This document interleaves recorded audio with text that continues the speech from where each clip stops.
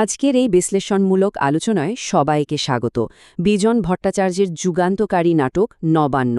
নামটা তো আমাদের অনেকেরই চেনা। এটি কেবল একটি সাধারণ নাটক নয়, বরং ১৯৪৩ সালের বাংলার ভয়ঙ্কর মনমন্তর, তৎকালীন রাজনৈতিক অস্থিরতা আর শ্রেণী সংগ্রামকে গভীরভাবে বোঝার এক অসাধারণ দর্পণ। চলুন সরাসরি এই ইতিহাসের গভীরে প্রবেশ করা যাক। আজকের আলোচনায় মূলত এই কয়েকটি বিষয় ধাপে ধাপে উঠে আসবে। ইতিহাস থেকে শুরু করে সংঘাত, প্রতিরোধ, গ্রাম শহরের বিভাজন, গণনাট্য এবং সবশেষে ঐক্যের বার্তা। তো শুরু করা যাক। প্রথমেই আসা যাক ইতিহাসের পাতায়। নাটকে আমরা যে বিশাল মানবিক বিপর্যয়টি দেখতে পাই তা ঠিক কোন রাজনৈতিক ঐতিহাসিক পটভূমিতে তৈরি হয়েছিল সেটা জানাটা অত্যন্ত জরুরি।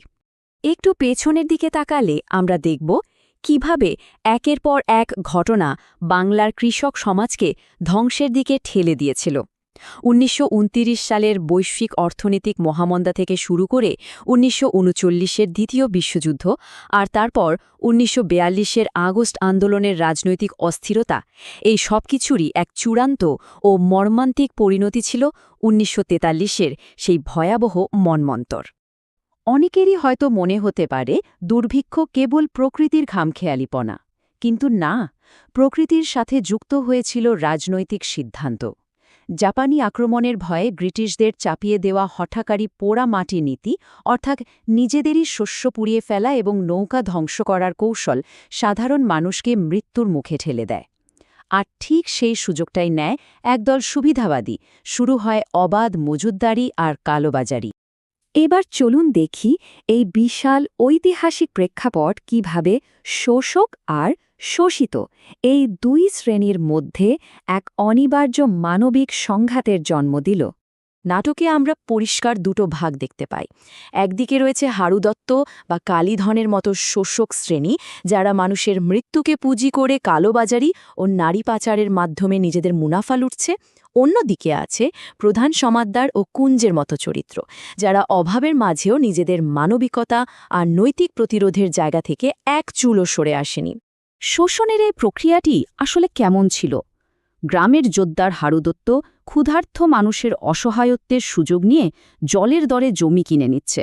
সেই চাল চলে যাচ্ছে শহরের গুদামে, আর কালীধনের মতো কালোবাজারিরা শহরে সেই চালে বিক্রি করছে আকাশছোঁয়া দামে।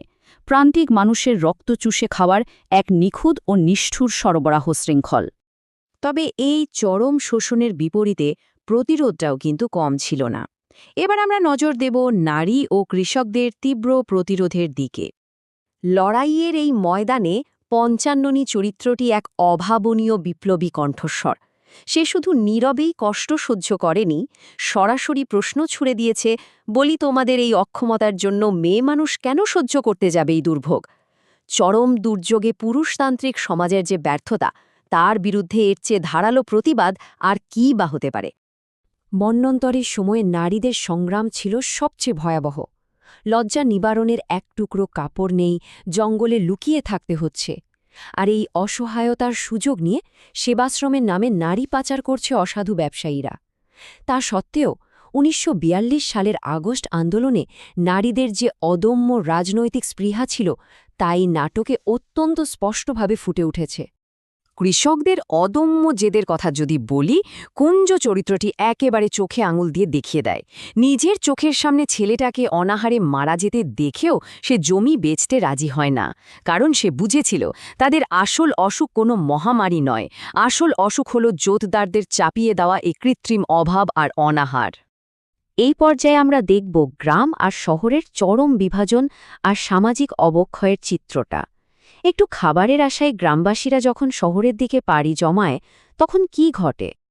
একদিকে গ্রামের মানুষ জমি হারিয়ে নিঃস্ব, ঘরবাড়ি ধ্বংস, আর অন্যদিকে শহরের কালোবাজারিদের গুদাম চালে উপচে পড়ছে। সবচেয়ে শিউরে ওঠার মতো দৃশ্য হল শহরের রাস্তায় ডাস্টবিনের এঁটো খাবারের জন্য মানুষ আর রাস্তার কুকুর একসাথে লড়াই করছে। শহরের নাগরিক ও মধ্যবিত্ত জীবনের এই চরম উদাসীনতা সত্যি গভীরভাবে ভাবিয়ে তোলে। এখন প্রশ্ন হল, এত বড় একটা মানবিক বিপর্যয়ের সময় সমাজের মূল প্রতিষ্ঠানগুলো, যাদের রক্ষাকর্তা হওয়ার কথা, তারা আসলে কি করছিল? তাদের ভূমিকা দেখলে স্তব্ধ হয়ে যেতে হয়।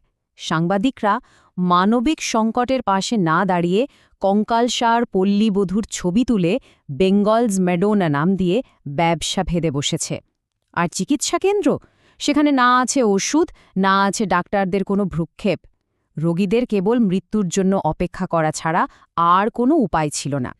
এই ভয়াবহ বাস্তবতার মাঝেই জন্ম নিয়েছিল এক নতুন শিল্পিক হাতিয়ার। এবার আসা যাক গণনাট্য এবং শ্রেণী সংগ্রামের কথায়।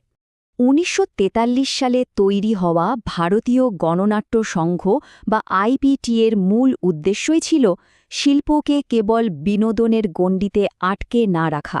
শিল্প হয়ে উঠল সমাজ বদলানো আর শোষকদের বিরুদ্ধে লড়াইয়ের এক ধারালো রাজনৈতিক অস্ত্র। আর নাট্যকার বিজন ভট্টাচার্য ঠিক এই কাজটি অত্যন্ত সফলভাবে করেছিলেন। নাটকটিতে মার্ক্সীয় দর্শনের প্রভাব একদম স্পষ্ট। এখানে গতানুগতিক কোনো একজন নায়ক নেই। সমাজের শোষিত সাধারণ মানুষগুলোই এখানে সম্মিলিত নায়ক। আর এটা খুব পরিষ্কারভাবে দেখানো হয়েছে যে এই দুর্ভিক্ষ নেহাতই প্রাকৃতিক নয়, বরং এক ভয়ঙ্কর পুঁজিবাদী নিষ্ঠুরতা, যার সমাধান হিসেবে কৃষকদের যৌথ চাষাবাদের ধারণাকে শক্তভাবে তুলে ধরা হয়েছে। সব শেষে আমরা আসছি নাটকের চূড়ান্ত পরিণতি, অর্থাৎ ঐক্যের বার্তা ও ঐতিহ্যের কথায়। নামটার দিকে একটু খেয়াল করি, নবান্ন মানে নতুন ধান। শহরের নির্মমতা থেকে গ্রামে ফিরে এসে কৃষকরা যখন আবার একজোট হয়ে ফসল ফলায়, তখন এই নবান্ন উৎসব শুধু আর একটা পরব থাকে না, এটা হয়ে ওঠে তাদের ব্যক্তিগত শোক ছাপিয়ে পুনর্জন্ম আর সামাজিক ঐক্যের এক অভূতপূর্ব প্রতীক। দয়াল মণ্ডলের সেই চূড়ান্ত শপথের কথা একবার ভাবুন, এদের নিতে হলে আগে আমাকে নিতে হবে, জোর জোর প্রতিরোধ। এই একটা সংলাপেই পুরো সারমর্ম লুকিয়ে আছে। সাধারণ মানুষ বুঝতে পেরেছিল, শোষক শ্রেণীর হাত থেকে বাঁচতে হলে বিচ্ছিন্নভাবে নয়, চাই ঐক্যবদ্ধ আর জোরদার প্রতিরোধ। তাহলে সবকিছু মিলিয়ে আমরা কি দেখলাম? একটা খণ্ডিত, শোষিত সমাজ যখন বুঝতে পারে যে তাদের আসল জোরটা ঐক্যের মধ্যে, তখন তারা যে কোনো অন্যায় ব্যবস্থাকে শেকড় থেকে উপড়ে ফেলতে পারে। আজকের এই বিশ্লেষণমূলক আলোচনা এখানেই শেষ করছি। আশা করি নবান্ন নাটক আর সেই সময়ের ইতিহাস নিয়ে অনেক নতুন কিছু জানা গেল। ভালো থাকবেন।